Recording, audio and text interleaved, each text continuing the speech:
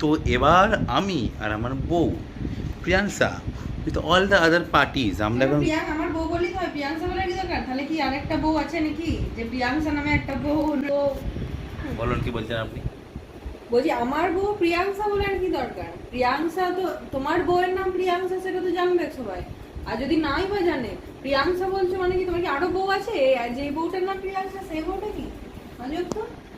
এই জন্যই বলে বউয়ের সামনে কিছু কথা বলার আগে 10 বার ভাবনা চিন্তা, 100 বার মাথার মধ্যে ক্যালকুলেশন করে তারপর মুখ থেকে সেই কথাটাকে বের করবে। কারণ তুমি জানো না তুমি কি বলে ফেলছো, কিন্তু সামনে যে বসে আছে সে তোমার কথার 1000 রকমের মিনিং বের করবে, ঠিক আছে?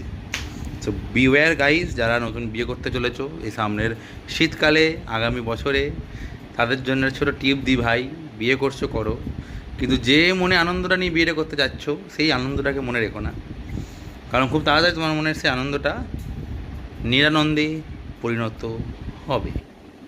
ঠিক তো ম্যাডাম? দাঁড়া, হ্যাঁ বলুন, ঠিক তো? চুপ। বল বল। না, নতুন নতুন যারা বিয়ে করতে যাচ্ছে তাদের জন্য কিছু গাইড। ভালো করে বিয়ে করো, হ্যাঁ, ভালো করে বিয়ে করো, বউকে ভালো ভালো জিনিস কিনে দাও, আচ্ছা। ভালো ভালো জামা কিনে দাও, তাহলেই তোমাদের বিবাহিত জীবন সুখী হবে। বউ ঘরের লক্ষ্মী, বউকে যদি করে জামা কিনে দাও, হার কানের গয়না কিনে দাও, মানে আমি সোনার বলছি না, গয়না কিনে দিলে বিবাহিত জীবন সুখের হবে, তুমি ভালো থাকবে, ঘুম ভালো হবে, তাহলে এই জীবনে ব্যাঘাত ঘটবে, সেটা সেটা বড় কথা নয়। তাহলে তোমরা ভেবে দেখবে কি করবে। ঠিক আছে, সাইনিং অফ, বাই।